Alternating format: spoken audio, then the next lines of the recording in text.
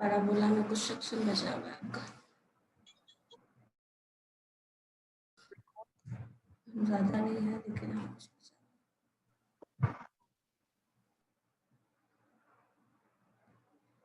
जो पढ़े हो उससे कुछ पूछना है उस क्वेश्चन से?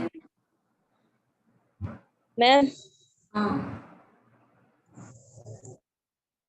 अगर इसेंट्रिसिटी निकालना हो सर्कल का तो उसके लिए कैसे करते हैं?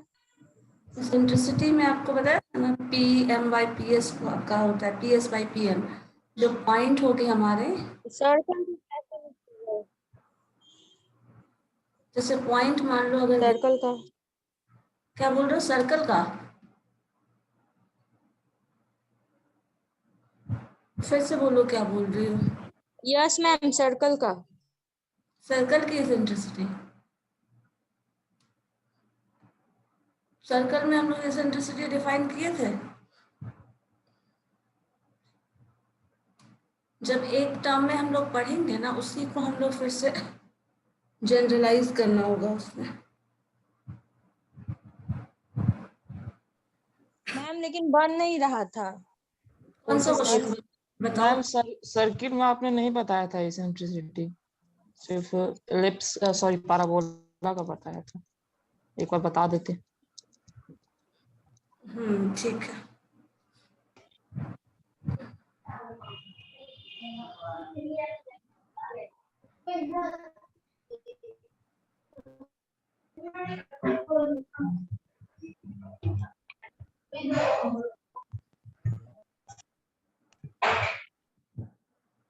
नोट कर लो सब लोग, आवाज आ रही है ना।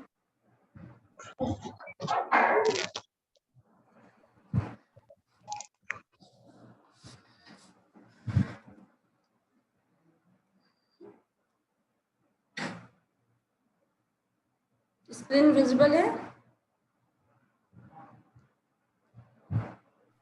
Yes ma'am. यस।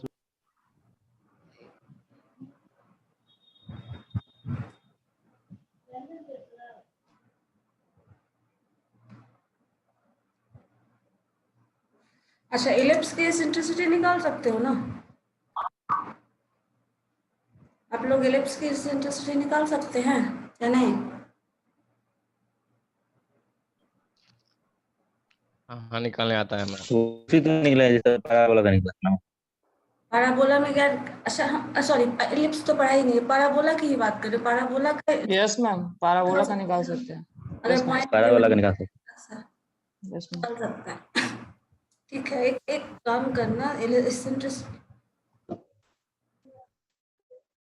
इसेंट्रिसिटी मैंने बताया था ना, सारा टर्म अगर देखो, कोनिक सेक्शन से अगर हम लोग जो टर्म्स लेंगे, जो जनरल टर्म है, जो पूरा आप कोनिक सेक्शन में पढ़ रहे हैं, सारा टर्म एक ही टर्म आ रहा है, रिपीट हो रहा है, वो सर्कल हो रहा है, पैराबोला, एलिप्स, हाइपरबोला, ठीक है? उसको टर्म में अगर पढ़ लेंगे तो बाकी का सारा टर्म उससे रिलेटेड। हाँ सौरभ बोलिए, क्या बोल रहे मैम हैं? हाँ, रोल नंबर 122 रवि कुमार, तुम अपना डीपी चेंज करो।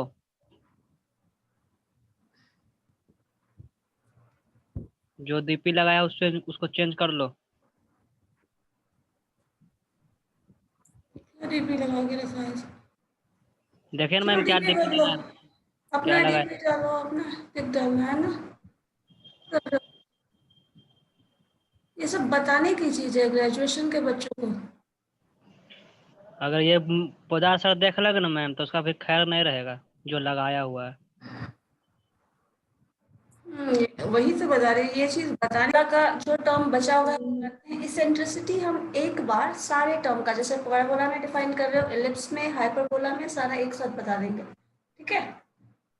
पॉइंट वाइज आपको याद भी रहेगा, ऐसे जहां तहां पढ़ोगे फिर कॉम्प्लिकेटेड हो जाएगा।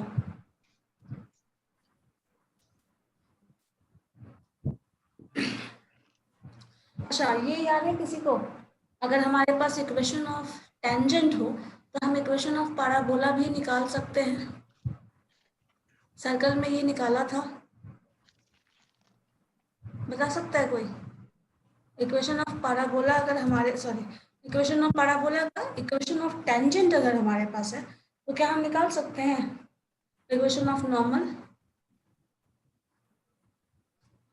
क्या बताइए। वो क्या पूछे मैम, क्वेश्चन एक बार फिर से। अगर हमारे पास इक्वेशन ऑफ टेंजेंट है, पैराबोला यस मैम। इक्वेशन है, तो क्या हम इक्वेशन ऑफ नॉर्मल निकाल सकते हैं? Yes ma'am, m1 into m2 is equals to -1 से इसके सारा वैल्यू निकल जाएगा। अगर एक नॉर्मल और एक टेंजेंट दोनों परपेंडिकुलर है तो उसमें एक रिलेशन आता है, दोनों स्लोप का मल्टीप्लिकेशन -1 के बराबर होता है। ठीक है, चलो तो हम उसके हेल्प से निकाल सकते हैं। तो अगर इक्वेशन ऑफ टेंजेंट गिवन हो तो हम निकाल सकते हैं ना। चलिए 1 मिनट देख लीजिए पैराबोला का normal, of normal of parabola.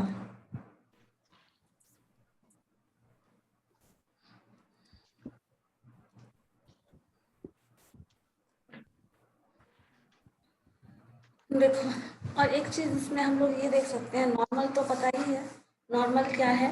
किसी भी टेंजेंट पे जो आपने पढ़ा है अभी तक पैराबोला वाला, उस पैराबोला पे अगर हम टेंजेंट पे किसी भी पैराबोला या फिर कोई भी कर्व, पैराबोला ही जरूरी नहीं है, कोई भी कर्व हो, अगर हमारा कर्व पे इस पॉइंट पे टेंजेंट बन रहा है तो इस पॉइंट पे जो टेंजेंट बन रहा है उस पर हम जो परपेंडिकुलर लाइन डालेंगे दैट इज नॉर्मल। तो वो हमारा नॉर्मल। नॉर्मल। अब देखो यहाँ पे एक चीज हमने जो पढ़ा है हम उसी से रिलेट कर सकते हैं। जैसे हमने ये चीज पढ़ा था ना कि हमारे पास अगर equation of parabola y² is equal to 4ax है,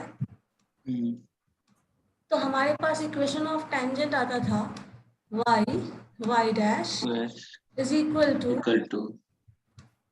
4 या 2a x plus x dash. x plus x dash। ठीक है, ये हमारे पास टर्म आता था। अगर हम चाहें तो इसी को ऐसे भी लिख सकते हैं y is equal to 2a y divided by y dash and this into x plus x dash. ये जो टर्म है वही हमारा इक्वेशन ऑफ टेंजेंट देता है। इसमें जो ये टर्म है, ठीक है, आपके पास जो ये हाईलाइटेड पोर्शन है, मान लो इसी को हम स्लोप ऑफ इक्वेशन बोलते हैं। जो स्लोप होगा, याद होगा y is equal to mx plus c होता था हमारे पास, तो m के पास जो टर्म है ये स्लोप होता है। तो ये जो है वो हमारा स्लोप ऑफ टेंजेंट होगा। अगर मान लो किसी क्वेश्चन में, अगर आप अभी तक जो क्वेश्चन सॉल्व कर रहे हैं टेंजेंट का स्लोप नहीं पूछा था, बट इन केस अगर स्लोप पूछता है तो आपको टेंजेंट का स्लोप बताना होगा ये, जहां आप इस वैल्यू से, इस इक्वेशन से चाहे तो a का वैल्यू कैलकुलेट कर लें, x डैश y डैश जो हमारा पॉइंट है तो y डैश यहाँ से आपको तो ये जो टर्म है this is slope of tangent. अब अगर ये स्लोप ऑफ टेंजेंट है तो हमारे पास स्लोप ऑफ नॉर्मल क्या होगा? मान लो स्लोप ऑफ है, आपको पता है m1 इंटू m2, जो slope of normal slope of tangent है, दोनों अगर मल्टीप्लाई करोगे दैट इज इक्वल टू -1। ये हमने सर्कल में भी पढ़ा था और उससे पहले भी पढ़े हैं, स्ट्रेट लाइन में भी वही होता है। तो रूल तो चेंज हो नहीं रहा, कोऑर्डिनेट ज्योमेट्री वही है, कोऑर्डिनेट वही है, तो रूल तो वही है। अब यहाँ से m2 अगर स्लोप ऑफ नॉर्मल है देन हमारे पास -1/m1 स्लोप ऑफ नॉर्मल। ठीक है, यस मैम। से हम देखें तो स्लोप ऑफ नॉर्मल क्या हो जाएगा? -1 डिवाइडेड बाई 2a/y डैश। यही है ना, क्योंकि 2a/y डैश जो है वो नॉर्मल टेंजेंट का स्लोप है, तो नॉर्मल का स्लोप ये हो जाएगा। और इसको आप चाहो तो लिख सकते हो -y dash divided by 2a। ठीक है, ये स्लोप ऑफ नॉर्मल हो गया। अब हमारे पास स्लोप ऑफ नॉर्मल मिल गया तो इक्वेशन ऑफ नॉर्मल भी मिल जाएगा। मैम हाँ एक बार फिर से रिपीट कर दिएगा, नहीं समझ में आ रहा। देखो ये इक्वेशन ऑफ टेंजेंट है, यस पता मैम। नहीं ये मैम। समझ आया, ठीक है। अब हमको देखो इक्वेशन जो भी टेंजेंट का होता है, स्ट्रेट लाइन का होता है, टेंजेंट भी एक स्ट्रेट लाइन है, तो इक्वेशन जो होता है वो किस फॉर्म में होता है जनरली स्ट्रेट लाइन का? y is equal to MA plus C. यही है, Yes, ma'am. This is the equation of straight line. अब इसी में हम क्या कर रहे हैं, y इज इक्वल टू जो टर्म आ रहा है वो इधर कर दे रहे हैं। तो यहाँ पे ये इक्वेशन में देखो y डैश जो है दैट इज अ कांस्टेंट, आपको पता है y डैश और x डैश जो है वो हमारा क्या है, एक पॉइंट है ना। Yes ma'am. पॉइंट होगा पैराबोला पे, इसी पॉइंट पे टेंजेंट बन रहा है, तो ये तो पॉइंट है, ये तो कांस्टेंट है। अब ये कांस्टेंट है, इसको इधर लाके डिवाइड कर लो, y रहने दो, y इज इक्वल टू इतना टर्म आ जाएगा। यहाँ पे x डैश, तो x और x डैश तो हमारे पास वही वैल्यू है जो हमारे पास x dash that is a constant, और x क्या है, जो कोएफिशिएंट ऑफ x ये वाला टर्म होता है। तो यहाँ पे हमारे पास जो x का कोएफिशिएंट है वही तो होगा ना m, मतलब ये वाला m जो है, और यहाँ पे ये m क्या होता था, स्लोप ऑफ टेंजेंट। अगर ये स्ट्रेट लाइन है, टेंजेंट छोड़ो नॉर्मल छोड़ो, एक स्ट्रेट लाइन है, उस स्ट्रेट लाइन का वो स्लोप है m। सो अब अगर ये m जो है ये स्लोप का रोल प्ले कर रहा है, तो m की जगह क्या है, कंपेयर करो, ये जो है वो हमारे पास स्लोप ऑफ टेंजेंट। अगर ये इक्वेशन ऑफ टेंजेंट है तो स्लोप जो देगा वो स्लोप ऑफ टेंजेंट होगा, और स्लोप और नॉर्मल और टेंजेंट हमेशा एक दूसरे के परपेंडिकुलर होता है। तो नॉर्मल और टेंजेंट का रिलेशन है, दोनों के स्लोप को मल्टीप्लाई करोगे तो -1 आएगा। ये हमने स्ट्रेट लाइन में पढ़ा है, बाय स्ट्रेट लाइन ये हम जानते हैं। ये अगर एक का स्लोप पता है तो एक का स्लोप जो पता है वो तो ये है, तो दूसरे का स्लोप कैसे निकलेगा, -1 बाई दूसरा एक पता है उसको नीचे लिख दो, जो कि हम यहाँ किए हैं। Slope of normal is equal to -1 divided by 2a by y dash. अब इसी चीज को यहाँ लिख दिया, -y डैश बाई 2a, ये है स्लोप ऑफ नॉर्मल, ठीक है, और ये है स्लोप ऑफ टेंजेंट। किसका, पैराबोला का, ठीक है। तो आपको अगर आपसे पूछा जाए पैराबोला का स्लोप क्या होगा तो आप ये लिख सकते हैं, यहाँ पे देखिए चेंज क्या होगा, ए चेंज होगा, y dash x dash change होगा, स्लोप में तो y डैश ही चेंज होगा, यहाँ पे y डैश और a चेंज होगा। पैराबोला के इक्वेशन में a का वैल्यू दिया हुआ है, मान लो हमारे पास y square is equal to 8x, ये है पैराबोला का इक्वेशन। तो यहाँ पे आपको a का वैल्यू कितना हो गया, बताओ तो कोई, व्हाट इज द वैल्यू, 4 कैसे 2 होगा? मैम। नहीं पता है मैम। होगा ना, 2 मैम। इन दोनों को 4a इज इक्वल टू 8 है, तो a इज इक्वल टू बताओ 2 मैम। 2, तो दिस 2, ठीक है। और मान लो ये जो 2 है ये इक्वेशन ऑफ पैराबोला है, तो क्वेश्चन में ये भी मेंशन कर दिया गया है,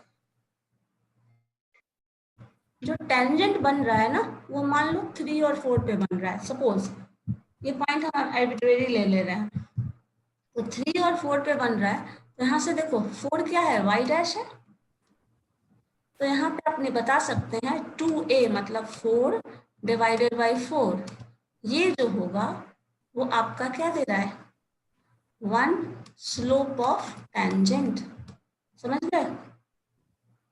ये इक्वेशन ऑफ पैराबोला है, ये वाला ध्यान से समझो, फिर आप लोग मिस कर देते हो छोटी छोटी चीज आंसर। फिर अभी 4 कैसे बता रहे हैं, इतना पढ़ने के बाद 4 आंसर कौन बता रहा है, बताओ।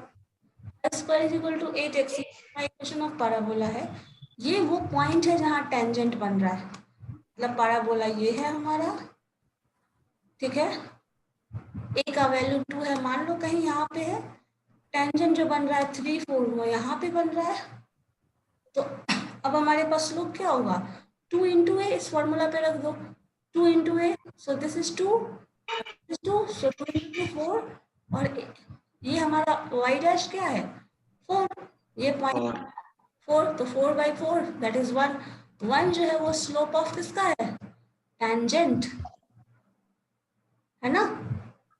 Yes ma'am. अब अगर यही स्लोप हम यहाँ रखना चाहे, नॉर्मल का पूछते तो क्या होगा, सेम टर्म आएगा बट -1 हो जाएगा, है ना। 1 आ रहा है, मान लो ये 8 हो, अगर ये 8 होता, अगर ये 8 होता तो क्या हो जाता, 1/4, 1/2। 1/2 हमारे पास ये आ जाता। Yes, ma'am.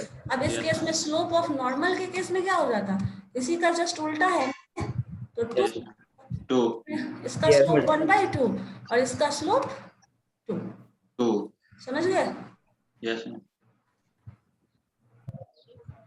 और देखिए इसमें ऐसा बहुत कुछ आपको टर्म लगेगा कि नया है, लेकिन ये वही सारा थ्योरी है जो आप पहले पढ़े हुए हैं, बस आपको थोड़ा रिकॉल करना है, रिलेट करना है।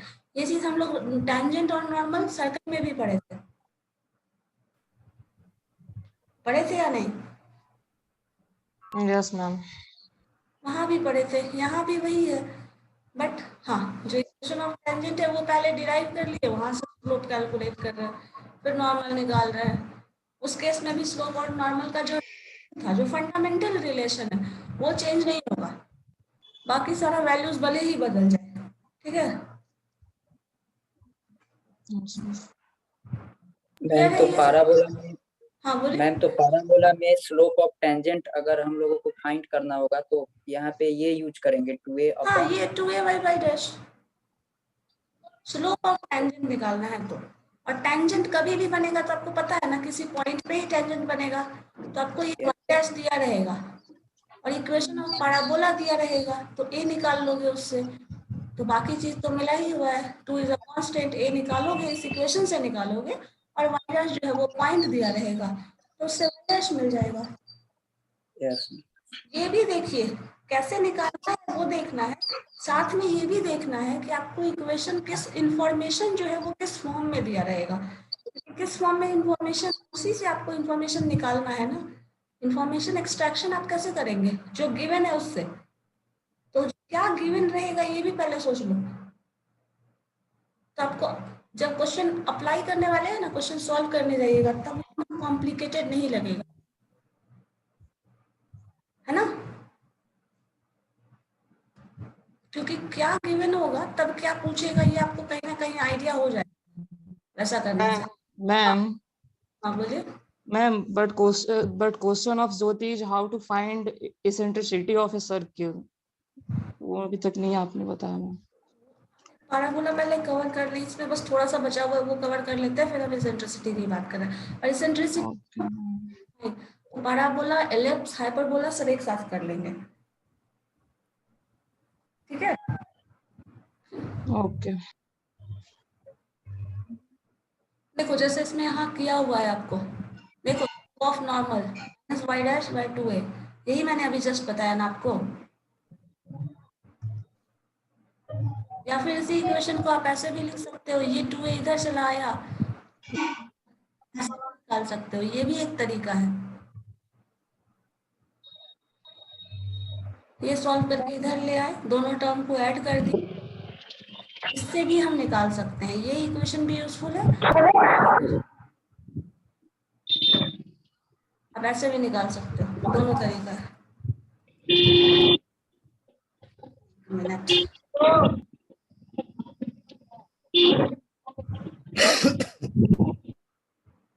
हैंड रेज करना। फिर अब देखो हम लोग कुछ जियोमेट्रिक प्रॉपर्टी पढ़ लेते हैं, 2 टर्म बस हमें पढ़ना है, जियोमेट्रिक प्रॉपर्टी, और इसका कुछ प्रॉपर्टीज जिससे इंफॉर्मेशन दिया रहेगा तो आप निकाल लोगे आराम से। जैसे देखिए एक प्रॉपर्टी आपकी ये है, ये जो भी पॉइंट होगा, ये कोई भी पॉइंट अगर हम पैराबोला पे लें, कोई भी पॉइंट कहीं भी लें, यहाँ ले, पूरे पैराबोला पे हम कहीं भी अगर पॉइंट लेते हैं तो उस पॉइंट को हम अगर M से कनेक्ट कर ले और उस पॉइंट को हम एक्सेस मतलब फोकस से कनेक्ट कर ले, तो वो पॉइंट जो भी होगा वो बाइसेक्ट करेगा इस एंगल को। वैसे आपको याद हो ये ज्योमेट्रिक प्रॉपर्टी बहुत ज़्यादा बताने की भी ज़रूरत नहीं है। जैसे मान लो ये याद है ना, this term PA divided by PM equal होता है 1 के। तो ये डिवीजन इसके इक्वल है अगर, तो यहाँ से कोई भी पॉइंट आप कहीं भी ले जाओ, कोई भी पॉइंट इस पे अगर ले लेते हैं, सपोज यहाँ ही ले ले, तो ये डिवीजन, ये जो आप यहाँ से ये ले जाएंगे और ये ले आएंगे, दोनों इक्वल होता है। अब दोनों इक्वल है, दैट मीन्स दोनों का जो एंगल होगा वो भी इक्वल होगा। तो ये बता रहा है कि यहाँ पे कहीं भी पैराबोला पे आप अगर पॉइंट लेते हो कोई, तो वो जो है वो बाइसेक्ट करेगा। बाइसेक्ट मीन्स इक्वली डिवाइड करेगा इस पॉइंट पे बन रहे एंगल को। जैसे यहाँ अगर ये एंगल है तो आपको 45 डिग्री और ये 45 डिग्री ऐसे डिवाइड करेगा। जैसे देखिए लिखा है, the tangent at any point on a parabola bisect the angle contained by the line joining P1 to the focus and the line joining through perpendicular to directrix, है ना? कभी भी बाइसेक्ट करेगा, दैट मीन्स इक्वली डिवाइड करेगा उस point को जो angle बन रहा है वो।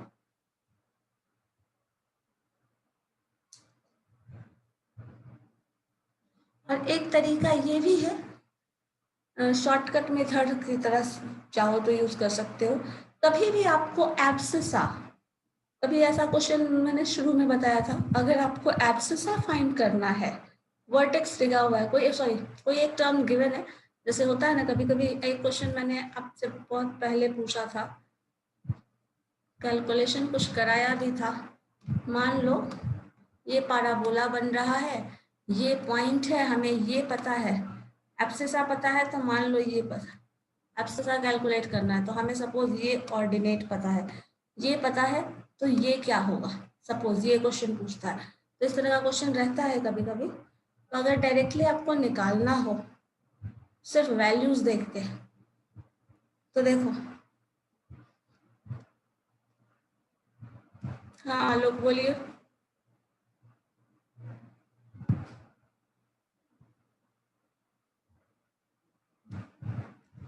हाँ Roshan, tell me what happened. Ma'am समझ नहीं आ रहा है मैम। ठीक है, हाँ रजनीश बोलिए। कौन सा पॉइंट समझ में नहीं आया, बाइसेक्शन वाला या फिर अभी जो बताया वो? हाँ समझ में आ रहा है मैम, पूछो। मैम पिक्चर जरा फिर से समझा दीजिएगा। अच्छा ठीक है, देखो कभी भी एक प्रॉपर्टी हमने पढ़ा था बहुत शुरुआत में, जैसे डेफिनेशन याद कर लो अगर पैराबोला का, उसमें एक टर्म जो आप इसेंट्रिसिटी बोल रहे हैं, डिफाइन कर रहे थे, तो ये पॉइंट मान लो है हमारे पास, और ये डायरेक्ट्रिक्स है मान लो उधर वाला स्ट्रेट लाइन, ये पॉइंट ऑन पैराबोला है, ठीक है, ये आपके पास फोकस है। तो ये जो फोकस से ये मिलाने वाला लाइन और फोकस इस पॉइंट से डायरेक्ट्रिक्स को मिलाने वाला लाइन, जिसको हमें ये, इस पॉइंट को हम P कंसिडर कर रहे थे, इस पॉइंट को S कंसिडर कर रहे थे और इस पॉइंट को M कंसिडर कर रहे थे।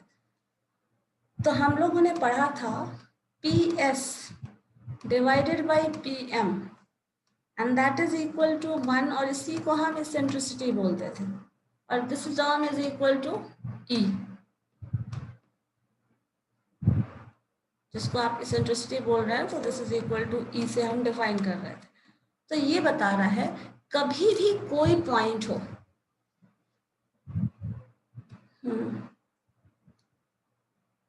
बोलिए सौरभ क्या हुआ?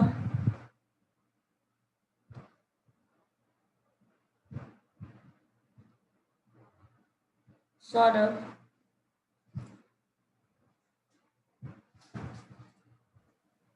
Hello ma'am. हाँ बोलिए। मैम जो फिगर जो बताए थे उस फिगर को एक बार फिर से उसको बताइए, ऐसे समझ में नहीं आ रहा है। फिगर ही तो बता रहे हैं। ये टुकड़े टुकड़े करके नहीं बता रहे मैम, उसको थोड़ा सा आप एक्सप्लेन अच्छा करते हैं ठीक है, तो। उसी पॉइंट पे बता दूं। ठीक, ठीक है। देखो ये पूरा पैराबोला दिख रहा होगा आपको, ये हमारे पास पैराबोला है, ठीक है। ये एक पॉइंट ऑन पैराबोला है, वो पॉइंट हम यहाँ ले जरूरी नहीं है, कहीं भी ले सकते हैं।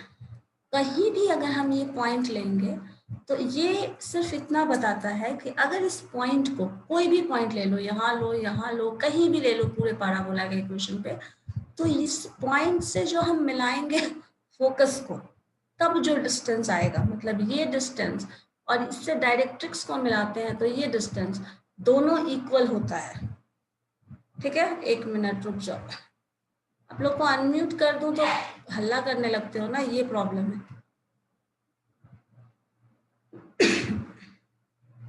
सबकी तरफ से डिस्टर्बेंस आने लगता है। चलो बोलो, क्वेश्चन पूछो और मैं पूछना चाह रही हूँ। मैम फोकस तो पी एफ पे है ना, वो पी ए से थोड़ी इक्वल होगा, पी डैश एफ और पी एम ना होगा equal ma'am. Yes ma'am, yes ma'am. आप तो बताए थे फोकस यही है पहले। पे है। फोकस तो एफ हो गया। और कुछ पॉइंट? नो मैं वहां से तो शायद वो परपेंडिकुलर डिस्टेंस आपने लिया है पी वन ए। अब देखो, हम बता क्या, ये पॉइंट मैंने आपको डिनोट नहीं, ये पॉइंट बोल रहे हैं वो अलग बात है।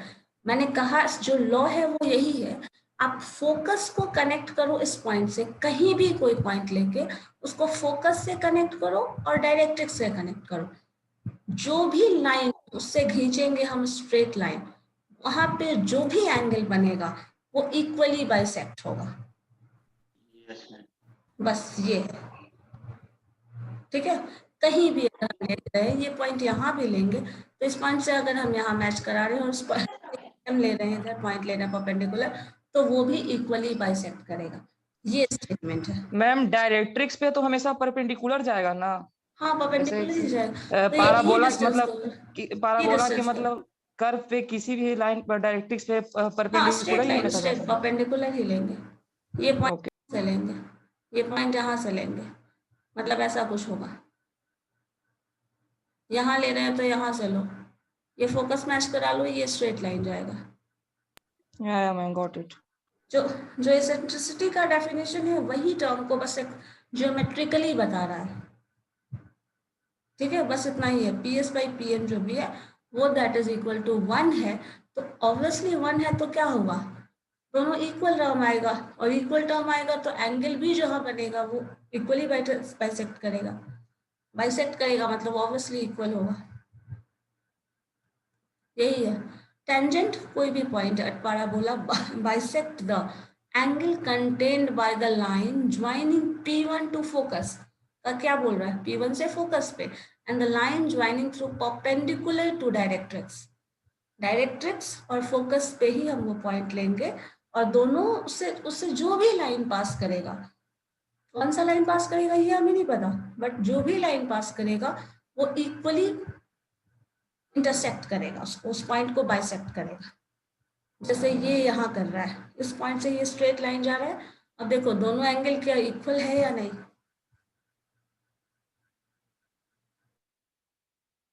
बताओ। ये एंगल है ना यहाँ पे इक्वल। यस मैम इक्वल है। यही चीज बस बताना चाह रहे हैं, ठीक है। तो आपको अगर कभी कभी इंफॉर्मेशन होता है, ऐसा जरूरी नहीं है हमेशा रहे, बट कभी कभी इंफॉर्मेशन एंगल के टर्म में भी दिया रहता है, तो कुछ कुछ ज्योमेट्रिक प्रॉपर्टीज है जो पता होना चाहिए, इसलिए वो बता रहे हैं। एक और पॉइंट है, अच्छा इसके बाद मैं आपको जो बता रही थी वो ये था, to find the abscissa. Abscissa क्या था, इसको बोलते हैं एक्स कोऑर्डिनेट को कि वाई कोऑर्डिनेट के वैल्यू को, एक्स कोऑर्डिनेट के एक्स कोऑर्डिनेट के वैल्यू को। सो अब मान लो हमारे पास एक एब्सिसा है, उसका वैल्यू फाइंड आउट करना है, ठीक है। कोई भी पॉइंट, किसी पर्टिकुलर पॉइंट टी पे, जैसे यहाँ पे दे दिया है। अगर एब्सिसा चाहिए तो हमें कैसे कैलकुलेट करना है, और ये हम लोगों ने कुछ केसेस में बनाया भी था, सबसे शुरुआत में, याद है किसी को? अगर वैल्यू पता है, चूंकि हमें डायरेक्ट्रिक्स का पॉइंट पता होता था तो हम लोग निकालते थे। ऐसा क्वेश्चन हम लोग सॉल्व किए हैं, याद है? नो सबसे शुरुआत में ही किए थे, जो -2 टू कुछ वैल्यूज दिया होता था तो हम लोग सॉल्व करते थे। लोग प्रैक्टिस नहीं किए हो? बुक तो है ही नहीं मैम, क्या प्रैक्टिस। जो है उसी से प्रैक्टिस करो, और क्या ऑप्शन है?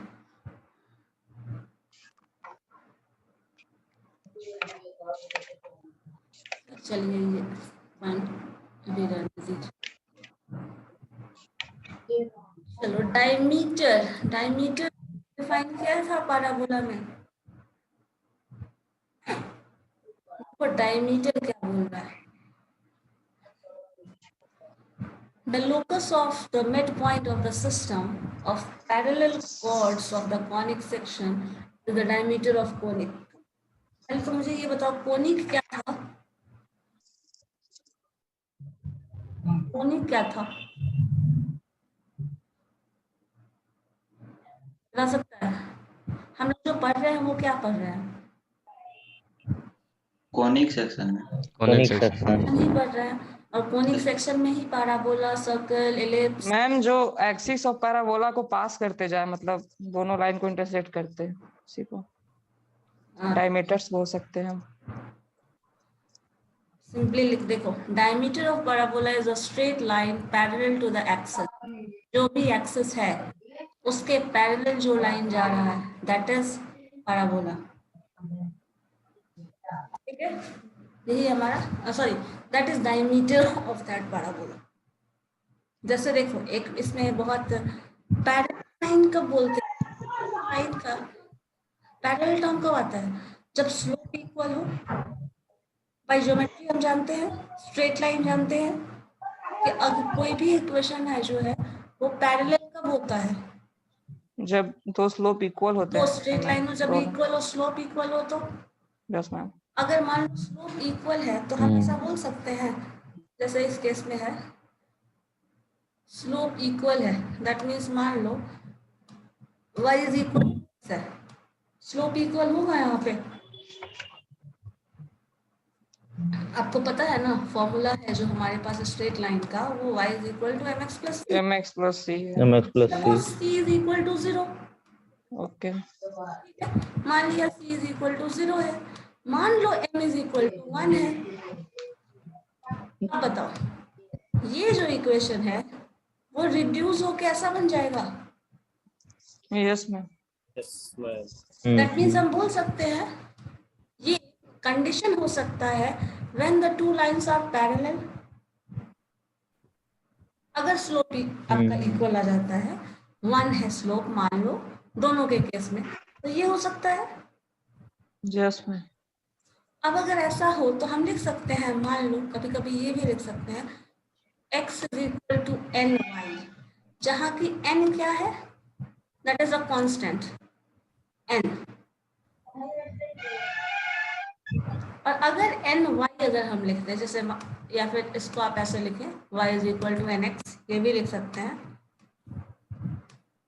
दो इक्वेशन हमारे पास होता है, ये हम ये दोनों यूज कर सकते हैं।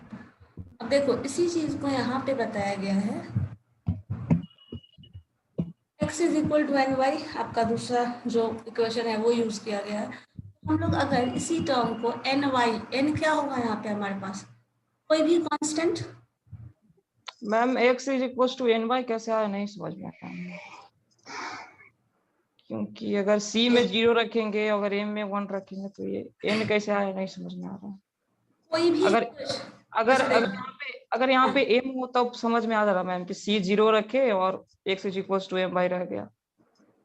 ये तो कर सकते हैं, ये कर सकते हैं। हाँ ये कर सकते हैं, ये कर सकते हैं। तो स्लोप मान लो हमारे पास कोई भी स्लोप फिक्स है, या तो n या तो m, कोई भी m फिक्स है। m n का मतलब यहाँ पे कांस्टेंट टर्म है, तो मान लो हम m जो जनरल टर्म लेते हैं वो ना लेके n ले रहे हैं, ठीक है, जो कि कांस्टेंट है। एन रिप्रेजेंट करता है कांस्टेंट को। तो अगर हम चाहें तो क्या y मैम जैसे y इक्वल हाँ टू mx प्लस c में c एक कांस्टेंट टर्म है, उसी तरह हम y equal to nx nx में में हम n n आपका को एक कांस्टेंट कांस्टेंट टर्म टर्म है। ले लिए। तो हाँ वो तो पता है मैम कि स्लोप ऑफ टेंजेंट कांस्टेंट ही होता है, पर उसको स्लोप के जगह प्योर हम कांस्टेंट नहीं ना बोल सकते हैं, रिप्लेस कैसे करते रहे। रिप्लेस नहीं कर रहे, देखो वो कोई एक पर्टिकुलर वैल्यू होगा, ओके ओके, या यानी फिर इस ऐसे बोल यानी सकते हैं, यानी या फिर मैम ऐसे रुकी हाँ मैम रुकी ना, जैसे y is equal to nx लिखे हैं तो इस कंडीशन में स्लोप 1 होगा, तब ये कंडीशन आया है। हाँ ये कंडीशन तब आया है। अब ओके अगर ओके, इसी तब पे फिर फिर मान लीजिए y डिवाइडेड बाई x अगर हम लिखें दैट इज इक्वल टू 2 लिख रहे हैं, ओके ओके समझ गया मैम। एक कंडीशन मतलब आपका टर्म वही है, बस उसको डिनोट कर रहा है उस तरह से। ओके ओके मैम समझ गया। तो यहाँ पे बस वही टर्म आपको लिखा है, स्लोप के टर्म में रिप्रेजेंट कर रहा है। तो अगर मान लो जनरल, अगर ये हमारे पास जो general y is equal to mx plus c के फॉर्म में ही लिख रहे हैं हम बाद में, देखो ny plus lambda, lambda is that constant जो आप c लिखते हैं, और ये टर्म वही है जो वो आप लिखते हैं जनरली, यही टर्म है ना। Okay ma'am, yes yes ma'am. देखो एक चीज, अब इस चीज को हम कंपैरिजन किससे कर रहे हैं, हमारे पास जो slope of sorry equation of parabola है, मंथन कुमार आपकी क्लास के हैं? Yes ma'am. Yes ma'am. Last moment पे डिस्कनेक्ट हुआ है क्या? सो वाई देखो ये टर्म हम लिख सकते हैं, हमारे पास क्या है इसका वैल्यू, तो हम क्या लिखते हैं y square is equal to 4ax, और x का वैल्यू हम ny प्लस लेमडा से रिप्लेस कर सकते हैं, जो कि क्या होगा, पैरेलल लाइन है 4ax, y square is equal to 4ax। जब क्वेश्चन देखोगे तब ज्यादा क्लियर होगा। Y square is equal to 4ax की जगह क्या लिख दिया, देखो ny प्लस लेमडा रिप्लेसमेंट, और अगर इसी को ब्रेक कर रहे हैं तो हम लोग ऐसा एक equation, quadratic form of equation हमें मिल रहा है। मैम तो यहाँ y square is equal to 4ax होता है। हाँ तो x को ना यहाँ से रिप्लेस कर दिया ny प्लस लेमडा, देखो यस, एक्स की जगह पे x का वैल्यू पुट कर दिए मैम। हाँ x का वैल्यू पुट कर दिए हैं यहाँ पे y x, यस और अगर इसी को ब्रेक कर दो देखो 4a आएगा, यस 4a आपका 4a लेमडा आ जाएगा, सारा साइड अपोजिट साइड में ले आओ तो ये जो टर्म मिल रहा है वो इक्वेशन मिल रहा है, क्वाड्रेटिक इक्वेशन। Yes ma'am. इसी का अरेंजमेंट है ये। यहाँ पे जो टर्म निकाल रहे हैं ना, जैसे डायमीटर कॉर्ड जो हम लोग डिफाइन करते हैं आपका सर्कल में, उससे उसको रिलेट करने की कोशिश कर रहे हैं। जो अब तक जानते थे ना वो टर्म हमारा अलग था, मतलब वो सिर्फ पैराबोला के रेफरेंस में देख रहे थे।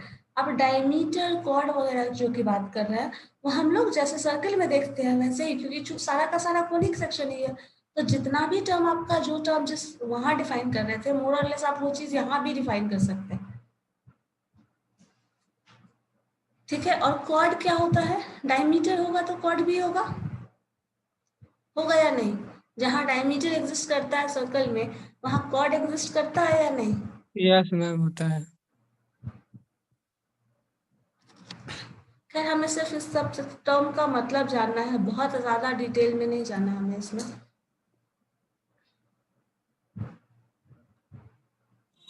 देखो इससे आसान है आपके पास, देखो इस पे बेस्ट क्वेश्चन कर लो ज्यादा बेटर है। Find the diameter of parabola which bisect all chords parallel to this line.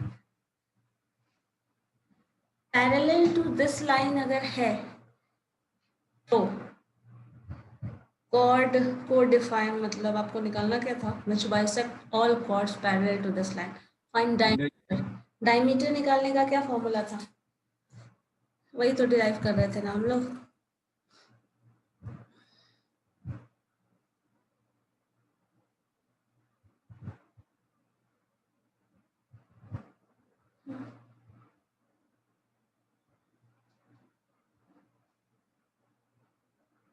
ny plus lambda देखो निकाल तो 2 मिनट में दिया।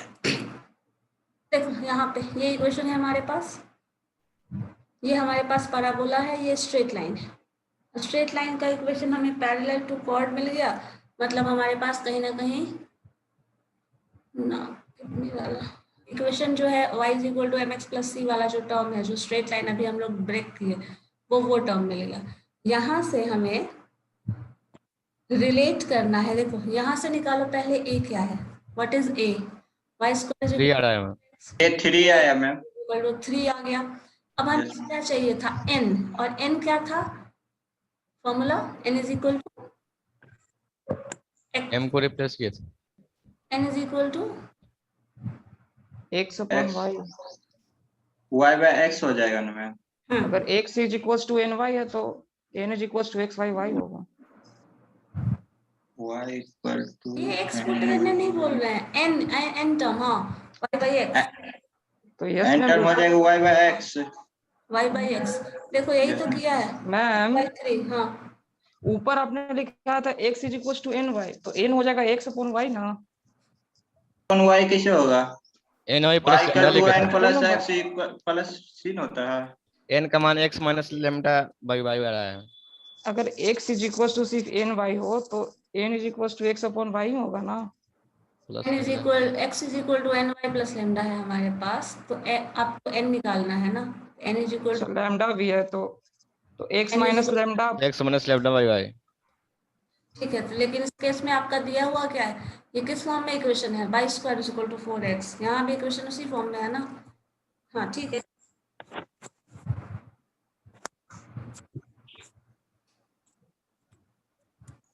तो diameter is equal to what, ma'am ये n नहीं समझे, ये समझा दीजिएगा थोड़ा कैसे n का वैल्यू आया। n का वैल्यू, यस मैम।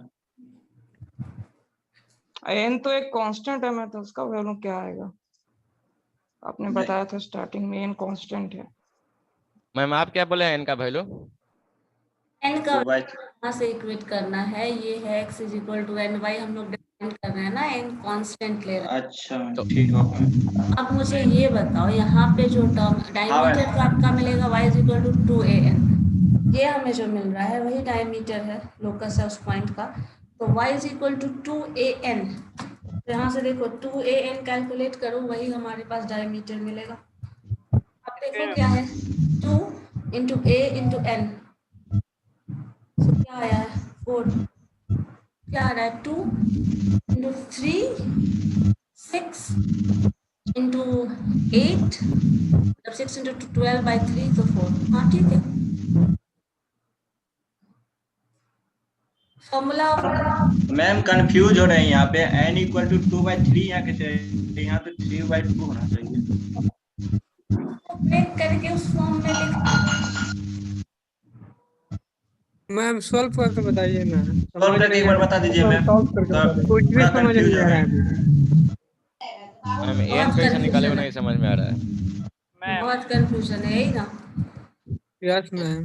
मैम सब आप एक confusion है मैम। मैम एक अपना आप नोट्स बना के समझाइए ना, तब ज्यादा बेटर होगा, इससे यस इसमें मैम। इससे समझ किसी ने मुझे कहा था कि समझ राइटिंग नहीं समझ आता में है। नहीं आती, उसमें किसी ने मुझे कहा था कि राइटिंग समझ में नहीं आती। नहीं मैम आती है, बताइए ना कॉपी वो तो पहले का पीडीएफ में था मैम। हाँ तो नहीं आई थी, समझ में आई ही नहीं कुछ थी। भी। तो इसके बाद इसीलिए तो मैंने लिखना ही बंद कर दिया, व्हाइट बोर्ड पे ही लिख दो, ज्यादा बेटर ऑप्शन। इससे कुछ समझ नहीं आता है मैम, एक पीडीएफ पे अच्छा ठीक है, तो क्या फिगर बनता है कुछ समझ में नहीं आता है। फिगर भी समझ में नहीं आता, नहीं फिगर कैसे समझ में नहीं आता? अभी जो कर रहे Yes, ma'am. हो लिखते हैं थोड़ा बहुत, मनी समझ में आता है तो नहीं लिखते हैं, छोड़ देते हैं। थोड़ा बहुत आता है तो नहीं लिखते हैं, जो आ जाता है वो लिखते हैं, बस यही। जहाँ तक पढ़ा है ना मैं वहाँ तक लिखे हुए हैं, पर उसको जो समझ आता है पर कैसे बनाना वो नहीं समझ पा रहे हैं। सिर्फ लिख लेते हैं मैम, समझिए ना आता है। क्या मैम सही बोला, समझ नहीं यस आता मैम है। समझ में नहीं आता है मैम। Yes ma'am. कोऑर्डिनेट, अच्छा इससे पहले वाला टॉपिक भी समझ में नहीं आया, लास्ट डे वाला समझ आया क्या था? हाँ यार। लास्ट डे हमको तो पढ़े वाला मैम बढ़िया से कंसेप्ट नहीं है, क्लियर है। मैम थोड़ा बहुत समझ में आता है, फिर कुछ समझ सर्किल में है, नहीं आने स्टेटल लगता। लाइन इधर है। से कुछ समझ में आ रहा है मैम, पहले वाला तो ऊपर हाँ। ऊपर निकल गया। ये पहले सफा वाला ऊपर से निकल गया। जब कोशिश करोगे तभी नहीं आएगा ना समझ में। इधर के फिर अगर रिवीजन उस पर करना चाहते हैं तो फिर रिवीजन नहीं कर पाते हैं। हाँ, तो जब मैम तक तब आप ही कुछ practice बताइए नहीं- ना मैम, कहाँ से प्रैक्टिस कर रहे हैं, कैसे कर रहे हैं, समझ नहीं आता है कहाँ से स्टार्ट करें हम। इसी पीडीएफ से करके देखो ना, फिर क्या कर सकते हो। ये जो बुक पीडीएफ वाला भेजा है उससे ही प्रैक्टिस करो। कोई पार्टिकुलर बुक बता दीजिए मैम कि हाँ इससे हो सकता है तो फिर। लालजी प्रसाद की बुक ले लो, कोऑर्डिनेट ज्योमेट्री की। सिर्फ 12th का बनाने से क्लियर हो जाएगा मैम? 12th का नहीं, 12th का पोर्शन सब कुछ नहीं है। 12th में डायमीटर कॉर्ड वगैरह नहीं पढ़ते हम लोग। 11th में तो है ना मैम? 11th में ये पोर्शन है। तो कौन सा बुक से बनाया जाएगा तो इसमें सब लालजी क्लियर हो? प्रसाद का लेवल इससे बहुत कम है। नोट्स बना के भेज दीजिएगा। सबसे बेटर है लालजी प्रसाद की एक बुक ले लीजिए, कोऑर्डिनेट ज्योमेट्री की, उसे प्रैक्टिस कर लो। उसमें सारा तरह का एग्जाम्पल मिल जाएगा और सारा पूरा का पूरा सिस्टम, कोऑर्डिनेट सिस्टम में सर्कल से लेके हाइपरबोला तक का सारा पूरा किताब अगर कोऑर्डिनेट ज्योमेट्री का पढ़ते रह जाएंगे तो आगे क्या पढ़ेंगे? हाँ, पूरा नहीं पढ़ना होता, सिर्फ टर्म ही पढ़ना होता है, एक एक एग्जाम्पल नहीं बनाना होता। समझ में ही नहीं आता है मैम। पढ़ना क्या है, टॉपिक बता दीजिए। नहीं समझ में